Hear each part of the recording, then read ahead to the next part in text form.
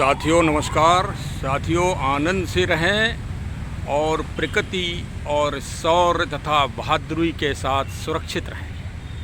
सामने आज आप जो देख रहे हैं ये अपने देश भारत के महान प्रतीक चिन्ह परमवीर चक्र जी से अलंकृत कैप्टन श्री मनोज कुमार पांडे जी साहब का चित्र है, जो कारगिल शहीद वाटिका लखनऊ में गोमती जी के किनारे स्थापित है। और आज एक परिचर्चा आध्यात्मिक और परमवीर चक्र अभी तक कितने लोगों को प्राप्त हुआ, इस महान कार्य पर मैं करने का विचार कर रहा हूँ। सामने तो आप चित्र देख ही रहे हैं। परमवीर चक्र उन महान जांबाजों और महान सपूतों को प्राप्त होता है जो देश की रक्षा, देश के सम्मान के लिए सर्वस्व बलिदान कर देते हैं। बट बैटल और बूट, साहस, पराक्रमण और दुश्मन में खौफ पैदा करने में अपने प्राण हुति या महान कार्य करते हैं, उनको ये महान पुरस्कार से सम्मानित किया जाता है। श्री मनोज कुमार पांडे जी का जन्म 25 जून 1975 को हुआ था और इनको कारगिल विजय अभियान में इनको परमवीर चक्र से अलंकृत भारत सरकार द्वारा किया गया। ये देखिए शिलापट पर पूरा विवरण, काफ़ी कुछ विवरण अंकित है। और lieutenant Manoj Kumar Pandey IC 56-56956 1/11 Gorkha rifles. और खालूबार जो चोटी है कारगिल में, वहाँ पर 2/3 जुलाई 1999 की रात को उन्होंने देश की रक्षा के लिए अपने अदम्य साहस, उत्कृष्ट नेतृत्व और कर्तव्यनिष्ठा का परिचय देते हुए अपनी प्राणों की, देश की रक्षा के लिए अपनी आहुति दी थी। अभी तक मैं आज परमवीर चक्र देश में कुल 21 लोगों को अभी तक प्राप्त हो चुका है। सर्वप्रथम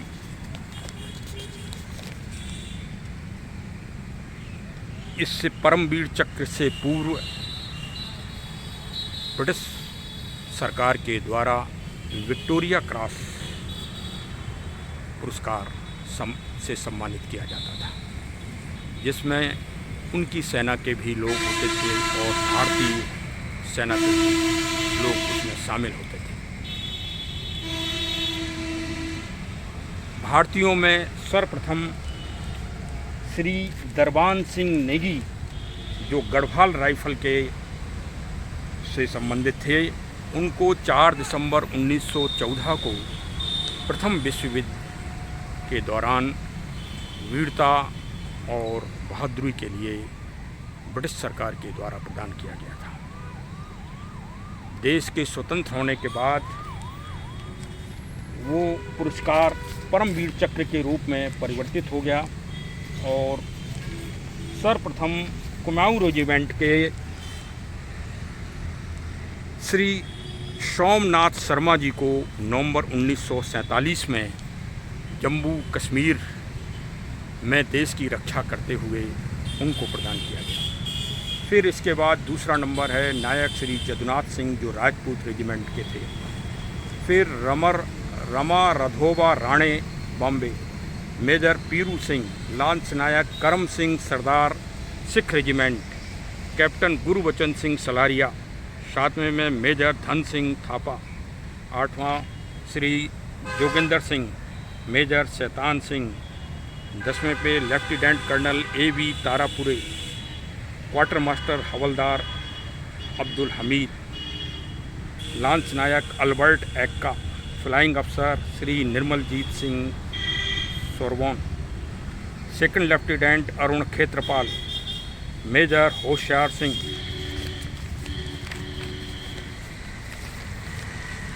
और subedar Bana Singh, major Ramaswamy Parameswaran, captain Vikram Batra, Jammu Kashmir rifle से, लेफ्टिनेंट मनोज कुमार सिंह, ग्रेनेडियर श्री योगेंद्र सिंह यादव और राइफलमैन संजय कुमार। अभी तक 21 लोगों को ये प्राप्त हो चुका है।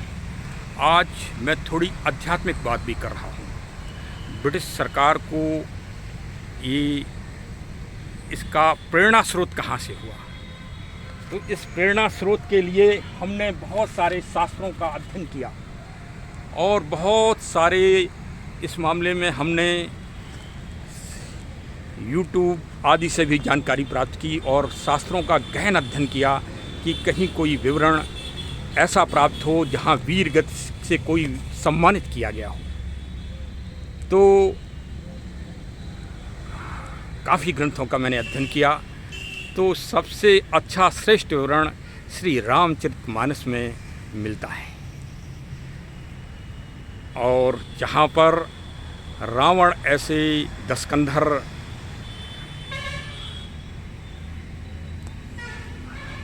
जो अपने समय का सबसे प्रतापी राक्षस था और जिसने माता सीता जी का अपहरण किया, और अपहरण करके जब वो ले जा रहा था तब रास्ते में गीधराज जटायु जी ने अपने अदम्य साहस और वीरता का परिचय देकर माता सीता जी की रक्षा के लिए अपना सर्वस्व निछावर कर दिया। और राक्षस राज रावण ने उनके पंख, पैर, हाथ सब काट दिए। उसके बाद भी वो लगातार भयंकर रूप से रावण के ऊपर आक्रमण करते रहे, जिसका बहुत ही अच्छा विवरण रामचरितमानस में मिलता है। गीधराज सुन आरत वाणी, रघुकुल तिलक नारी पहचानी, अधम निशाचर लीने जाई, जिम मलेक्ष बस कपिला गाई। तुलसीदास जी ने बहुत अच्छा वर्णन किया है। सीते पुत्र करस जन त्रासा, करिहूँ जात धान कर नासा, धावा क्रोधवंत खग कैसे, छूट ही पब पर पर्वत कहूँ जैसे। गीधराज जी ने इस तरह से भयंकर आक्रमण किया कि राक्षस दहल गया।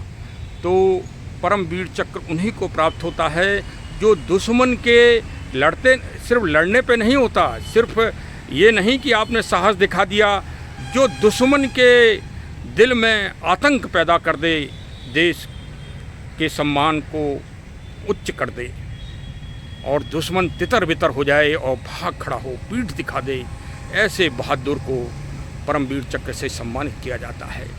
मेरी समझ से आध्यात्मिक इतिहास में, आध्यात्मिक ग्रंथों में इससे बड़ा उदाहरण, गीधराज जी से बड़ा उदाहरण पूरा कहीं मुझे देखने को नहीं मिला।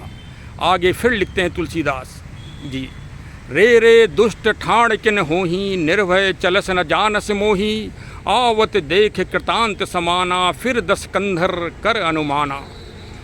जटायु ने रावण को ललकार कर कहा, रे रे दुष्ट, खड़ा क्यों नहीं होता, निडर होकर चल, मुझे तूने नहीं जाना। उसको यमराज के समान आता हुआ देखकर रावण मन में अनुमान करने लगा और डर गया। डर से भयभीत होकर उसने एक बार सीता जी को छोड़ दिया, परंतु भयंकर संघर्ष में जटायु जी बहुत बुरी तरह से घायल हो गई और अंत में घायल हो जाने के बाद असहाय हो गए। सुनत गीध क्रोधातुर आवा, कहे रावण मोड़ सिखाया, तज जन कहीं कुशल ग्रह जाहू, नाहि त अस हुई है बहु बाहू, धर कच बिरथ कीन मही गिरा, सीत ही राख गीध पुन फिरा, चौचन मार बिदारस देही, दंड एक भई मूर्छा तेही, सीता ही जान चढ़ाय बहोड़ी, चला उतायल त्रासन तोड़ी। रावण चोरों की तरह भागा डरकर और घायल हो जाने के बाद भगवान राम जी वहाँ पहुँचे और भगवान राम जी ने, मैंने बहुत शास्त्रों को देखा, इतना बड़ा उदाहरण मुझे कहीं भी पढ़ने को नहीं मिला। भगवान राम से जब गीधराज जी घायल अवस्था में मिले तो भगवान राम जी ने उनको अपने पिता तुल्य सम्मान दिया। पिता तुल्य अगर किसी को सम्मान दिया, क्योंकि दशरथ जी की अंतिम क्रिया भगवान राम जी नहीं कर पाए थे, उन्होंने प्रतितुल्य होकर जटायु जी की अंतिम क्रिया की और इतना सम्मान दिया कि आगे तुलसीदास जी कहते हैं, गीध देह तज धर हरि रूपा, भूषण बहुपट पीत अनूपा, श्याम गात विशाल भुजचारी, अस्तुत करत नयन भर बारी। अपना रूप दे दिया भगवान ने, बताइए, अपनी प्रतिकीर्ति दे दी, ऐश्वर्य ऐश्वर्य दे दिया जटायु जी को, क्योंकि वह आतंक और अपराध के प्रति और एक नारी के सम्मान और रक्षा के लिए उन्होंने अपना सर्वस्व निछावर किया था। और भी वहाँ पर लोग माता जी के अपहरण की घटना को देख रहे थे, जो उसके चश्मदीद गवाए थे, लेकिन कोई भी राजा और कई क्षेत्रीय लीडर भी थे, लेकिन कोई भी रावण के दहशत के आगे खड़ा नहीं हो सका। तब जटायु जी ने रावण के ऊपर प्रहार किया, जो कहा जाता है बट बैटल बूट की लड़ाई में सर्वस्व उन्होंने निछावर कर दिया। और फिर अंत में अविरल भगत मांग बर, गीध गयऊ हरिधाम, तही की क्रिया जथोचित निज कर कीन ही राम। मतलब पूर्ण सम्मान के साथ भगवान ने अंतिम विसर्जन दिया। और इसी घटना, इसी वृतांत को सुनकर अंग्रेज़ सरकार ने भी विक्टोरिया क्रॉस को का जो है रूप दिया था, सम्मान मतलब पुरस्कार के रूप में। वहीं से उनको ये प्रेरणा प्राप्त हुई, इसी घटना से, इसी वृतांत से, क्योंकि अंग्रेज़ों ने हमारे प्रत्येक शास्त्रों का बहुत गहनता से अध्ययन किया, बहुत ही उन्होंने ज्ञान लिया, उन्होंने वेदों का अध्ययन किया, पुराणों का अध्ययन किया, हमारी जो पौराणिक ऐतिहासिक धरोहरों थी उनसे ज्ञान प्राप्त किया। वो लोग कहते हैं कि उन्होंने देश में शासन किया, मैं तो ये कहूँगा कि उन्होंने यहाँ के ज्ञान की चोरी की, उन्होंने ज्ञान चुराया और ज्ञान की चोरी करके उसको अपने रूप में उन्होंने जो है उसको प्रतिरूपित करने का प्रयास किया, जिसमें मैक्स मूलर आदि कई बार आरोपित किए भी गए। और उन्होंने वेदों की एक तरह से पुनः अपने भाषा में लिखना चालू कर दिया था। इस तरह से भी हमारे शास्त्रों का और ग्रंथों का जो है परिवर्तन करने का प्रयास किया गया। लेकिन हमारे पूर्वजों ने अपनी रक्षा के लिए सतत प्रयास जारी रखे। और देखिए, श्री रामचरितमानस और रामायण श्री वाल्मीकि जी में ये सारे वृत्तांत बहुत ही महान कोट से दर्शाए गए हैं, जो आदि काल से प्रेरणा के स्रोत हैं और आदि काल तक हम सभी भारतीयों के लिए वो प्रेरणा स्रोत रहेंगे। जब भी कोई वीरता का, साहस का उदाहरण दिया जाता है तो गीधराज जटायु जी को हम आज भी याद करते हैं।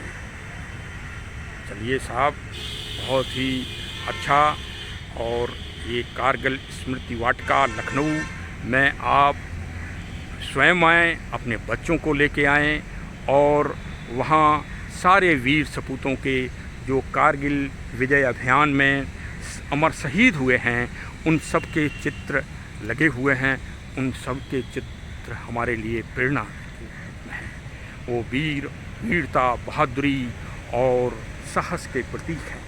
मैं आपको बारी बारी से सभी प्रतिरूपित चित्रों को, मूर्तियों को आपके सामने दिखा रहा हूँ। यहाँ पर विशेषकर एनडीए के बच्चे और कंबाइंड डिफेंस सर्विस के बच्चे, एनसीसी, स्काउट आदि के बच्चे जो और एथलीट्स सभी आके यहाँ प्रेरणा प्राप्त करें और देश के सम्मान और गौरव की अभिवृद्धि करें। सुनील चंगमहत जी और श्री केवलानंद द्विवेदी। बहुत ही रमणीक इस पार्क को बनाया गया है। उत्तर प्रदेश सरकार, वर्तमान समय में माननीय मुख्यमंत्री जी श्री आदित्यनाथ योगी जी इन सब रचनात्मकता भरे कार्यों में विशेष रुचि लेते हैं और विशेष ध्यान रखते हैं। चलिए, ये हमारे देश की गौरव गाथा है और ये धरोहर है, इसको संभाल कर तो रखना ही होगा। जिसको ना निज गौरव तथा निज देश का अभिमान है, वह नर नहीं पशु है, जिस और मृतक समान है। मैथिली शरण गुप्त जी। ए मातृभूमि तेरी जय हो, सदा विजय हो, प्रत्येक भक्त तेरा सुख शांति कांतिमय हो। श्री राम प्रसाद बिस्मिल जी, महान क्रांतिकारी। इसी के साथ मैं आज के अपने वीडियो को यहीं अभी समाप्त करता हूं और ये रिक्वेस्ट भी करता हूं कि अधिक से अधिक लोगों को इस प्रेरणात्मक चेतना से जागरूक करें और देश का गौरव और देश का ऐश्वर्य, क्रांति और पराक्रमण को महान बनाएं। बहुत बहुत धन्यवाद। Thank you.